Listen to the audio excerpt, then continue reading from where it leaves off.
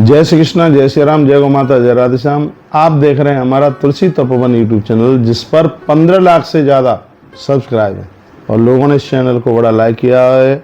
और कार्तिक मास में आज 22 अक्टूबर को हम इस वीडियो में ये चर्चा कर रहे हैं कि भगवान गणेश पर तुलसी पत्र क्यों नहीं चढ़ाया जाता। यदि आप चढ़ाते हैं तो इससे घोर गरीबी का जन्म होता है, ऐसा हमारे ग्रंथों में वर्णन है। गणेश पुराण में इसकी कथा का वर्णन आता है, वो मैं बहुत संक्षेप में आपको कथा सुनाई देता हूँ। एक बार भगवान श्री गणेश, और ये भी बताऊंगा कि कौन से देवता पर कौन सी चीज़ नहीं चढ़ानी चाहिए, वो भी आप समझेंगे। एक बार भगवान गणेश तीर्थ यात्रा के लिए निकले और यात्रा उनकी बद्रीनाथ में पहुंची। तो बद्रीनाथ में राजा धर्मध्वज की बेटी तुलसी अपने तप में बैठी थी। उसने भगवान गणेश को देखा तो खड़ी होकर के आई और भगवान गणेश से वो विवाह की याचना करने लगी। भगवान गणेश ने कहा कि देखिए, मैं शिव का पुत्र हूँ और विवाह जैसे संस्कार बड़े पवित्र संस्कार हैं और ये अधिकार हमारे पास में नहीं है, हमारे पिता के पास में ये अधिकार है, ऐसा भगवान गणेश ने कहा। तो तुलसी इतनी रुष्ट हो गई कि उसने गणेश जी को श्राप ही दे दिया। हाँ, कहा गए ब्रह्मचारी, क्या तुम अपने आप में बनते हो, मैं तुम्हें श्राप देती हूँ, एक एक नहीं तुम्हारे दो दो विवाह होंगे। फिर तो गणेश जी ठहरे। गणेश जी के भी चेहरे पर आवेश आ गया। उन्होंने कहा, मैं भी तुझे श्राप देता हूँ, कोई भी देवता तेरे साथ विवाह नहीं, एक राक्षस तेरे साथ विवाह करेगा। इसलिए तुलसी का विवाह शंखचूड़ के साथ इसलिए हुआ। अब वो तो बहुत ज्यादा रोने लगी, गिड़गिड़ाने लगी, शरण पकड़ लिए, कहा मुझे क्षमा कर दो, मुझे माफ कर दो। तब उन्होंने कहा कि यह शरीर छोड़ने के बाद तू तुलसी वृक्ष बनेगी और भगवान नारायण को तू अति प्रिय होगी।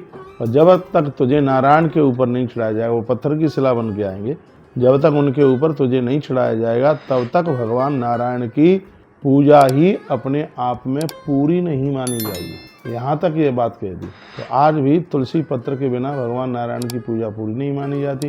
भगवान गणेश कहते हैं, मेरे ऊपर तुझे कभी कोई नहीं चढ़ाएगा, यदि किसी ने मेरे ऊपर तुझे चढ़ा दिया तो उसके यहाँ घोर गरीबी चल करके आ जाएगी। इसलिए साधकों भूल करके भी भगवान गणेश जी के ऊपर तुलसी नहीं चढ़ाई जाती। गणेश जी ने तो यहाँ तक कह दिया कि रविवार के दिन तुझे कोई तोड़ेगा नहीं, क्योंकि सूर्य की साक्षी में तूने अपराध किया है। तो देखो, ग्रंथ में लिखा है कि कौन से देवता पर कौन सी चीज़ नहीं चढ़ती।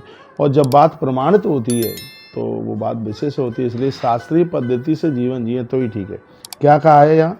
भगवान व्यास लिखते हैं, गणेशम तुलसी पत्रई दुर्गा नैवं च दुर्वया मुनि पुष्पई तथा सूर्यम लक्ष्मी कामोन चार्चयेत्। जो लोग धन चाहते हैं, जो लोग गरीबी का नाश चाहते हैं, ऐसे लोगों को गणेशम तुलसी पत्र, गणेश जी के ऊपर कभी तुलसी पत्र नहीं चढ़ाना चाहिए। दुर्गाम, फिर क्या लिखा है? दुर्गाम नैवच दुर्वया, माँ दुर्गा के ऊपर कभी दुर्वा नहीं चढ़ानी चाहिए। और मुनि पुष्प तथा सूर्य भगवान को कभी आक का अकौआ का फूल नहीं चढ़ाना चाहिए।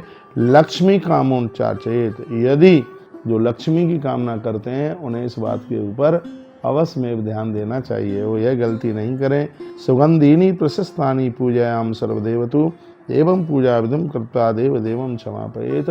सुगंधित फूल ही देवी देवताओं को चढ़ाएं।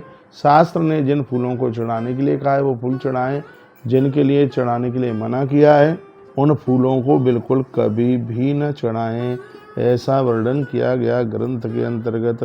तो ये तुलसी है वो भगवान गणेश के लिए त्याज्यत है, भगवान गणेश जी के ऊपर इसको बिल्कुल न चढ़ाएं। तो इस वीडियो में हमने चर्चा की है कि गणेश जी पर तुलसी क्यों नहीं चढ़ाई जाती।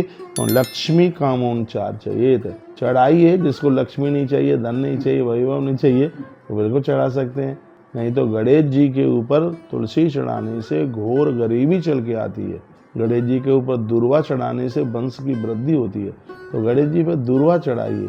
माँ दुर्गा के ऊपर दुर्वा नहीं चढ़ाई जाती, गणेश जी के ऊपर तुलसी पत्र नहीं चढ़ाया जाता।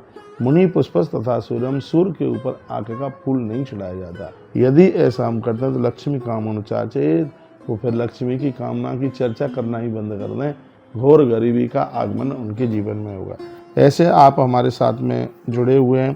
कार्तिकेयम कर्ष्यामि प्रातः स्नानम सर्वोत्तम, देवताओं ने कार्तिक स्नान की बड़ी महिमा का वर्णन किया और उस कार्तिक महात्म्य में ही और हमने आपके बीच में ये बात रखी है।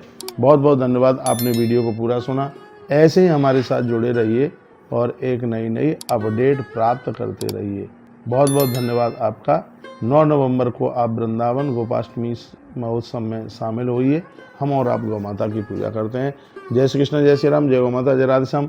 हर हर महादेव, घर घर महादेव।